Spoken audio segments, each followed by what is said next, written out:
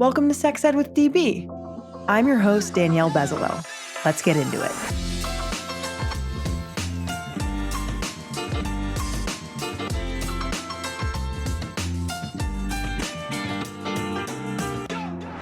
Welcome back to the podcast.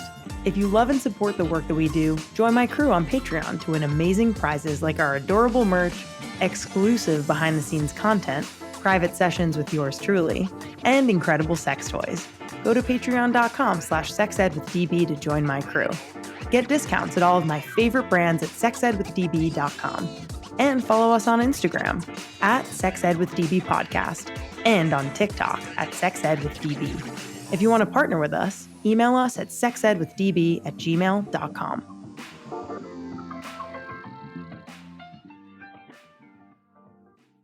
Hello, my friends. We are officially done with season 7 of the podcast, and we're in this fun in-between zone where we're doing these bonus episodes every Friday, and we're still going to be doing more sex ed episodes, but we're kind of like in between the scenes here. We're getting ready for season 8, but these questions are still coming in, and I think they're so good, so I still want to give folks the chance to hear their questions answered. So here we go. Today's question is, why am I not turned on easily? And the person who wrote in this question has kind of like an entire story. So I'm going to read their story and then share some ideas that I might have and some definitions of things. So this person says, I don't get turned on easily. Even though my partner does good foreplay, I'm only, say, 5% aroused, so very little arousal. After COVID, I've been experiencing loss of emotions and disconnection from my feelings. I feel this could be the probable reason that I don't get excited even after good foreplay. Also, I do not orgasm quickly. It's hard to reach to that level of it. So I feel that sex is incomplete most of the time. What do you think the reasons could be? Can it be cured? How can I start to feel all the emotions and feel connected to myself and to my body? So this person really wants to know clearly, first of all, listener, I'm so sorry that you're having a hard time. It seems like COVID for you potentially and many, many other people, it was a very isolating and sad, challenging time. And I think that we're still in it, right? COVID is not over, despite what you may think. And so there definitely was a period, I feel, of depression that some people went through and anxiety and challenge. And that can lead to that affecting our sex lives with ourselves and with a partner. And so with the question of like, how do I feel more turned on? How can I feel my emotions, even if I'm connecting technically with my partner, I still feel this like disconnectedness. And so, and this idea, right, that you can't orgasm easily. So there are a few things that I want to say. Number one, it's really important that if you're feeling depressed or sad or just generally like not in a good place, that you figure out what is the best way for you to feel better with that in general before you even apply that to your sex life. So if that's through talk therapy or exercising or figuring out a better eating or sleep schedule, whether that's being on medication or stretching every day or journaling, there has to be a way for you to figure out how can I just generally improve my mental health before I even apply that to sex. So that's like the first thing that I'll say.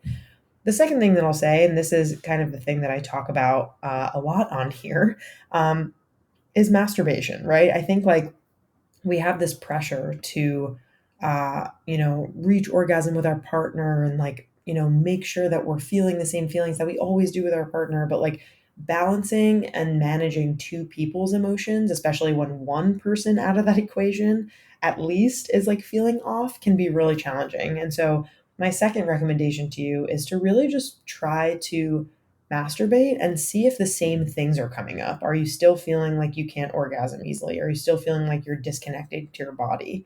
Are you still feeling like you're not in the mood or that you can't get turned on from masturbation? Because as we know, we know ourselves better than other people know us. We know what excites us better than other people.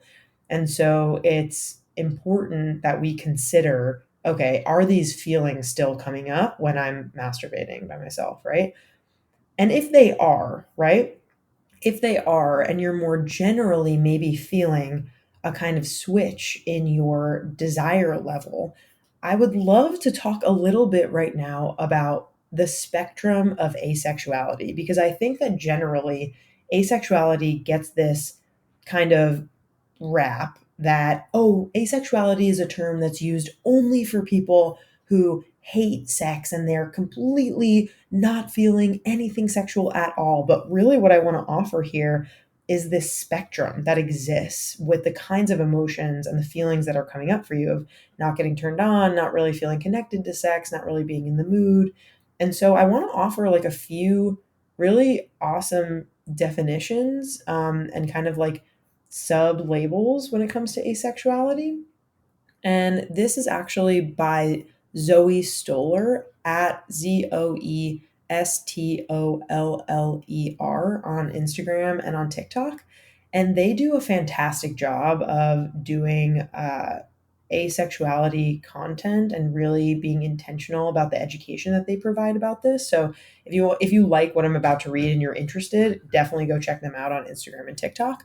But what they've done is put together these like dictionaries of asexuality, and I'm going to read some of what they've put together because I think it's, again, a really phenomenal thing.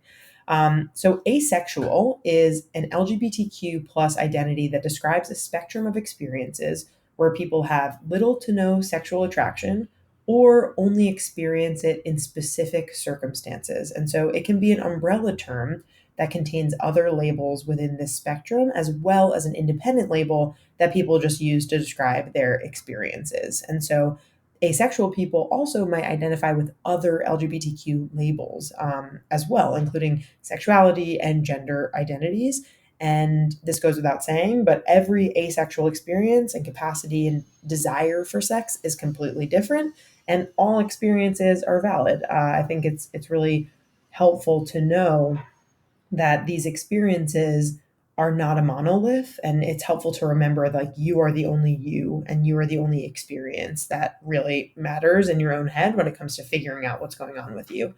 And so a couple of the other kind of like popular, quote unquote, or more well known like asexual labels.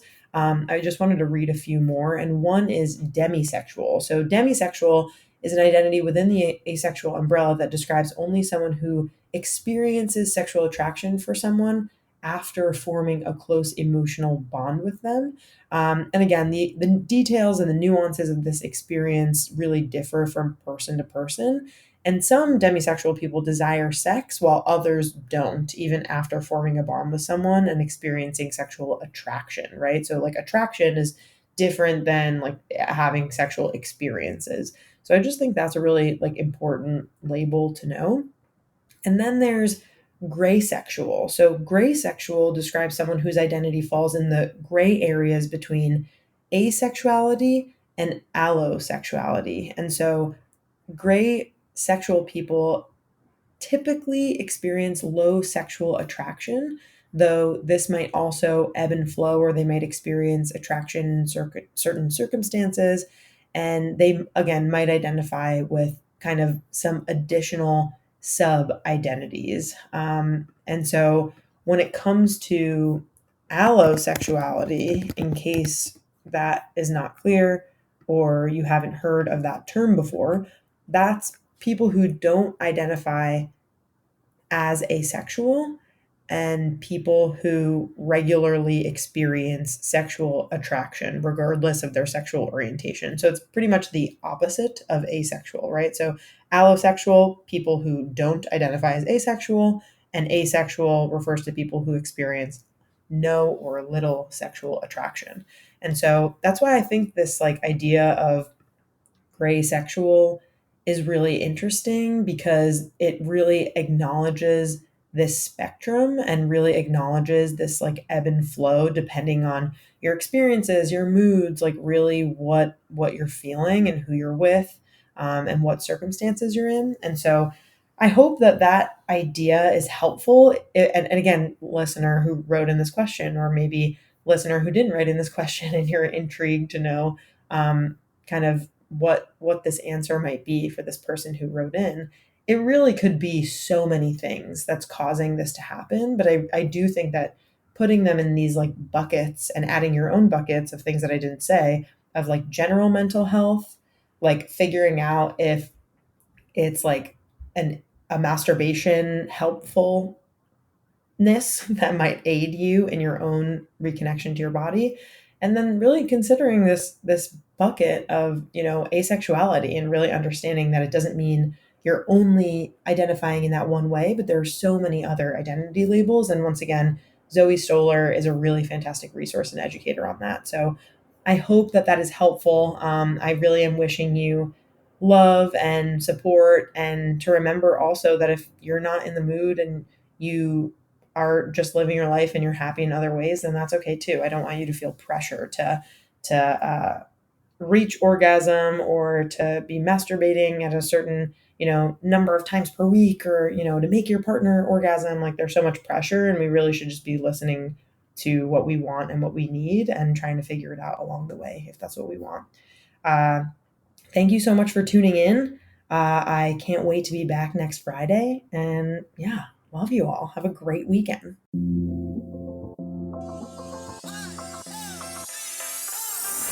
Our creator, host, and executive producer is me, Danielle Bezalel, aka DB. Our co-producer and communications lead is Cathren Cohen. Our social media intern is Sarah Kelly. Our music theme is by Hook Sounds. Thank you so much to our featured guests, partners, and our listeners.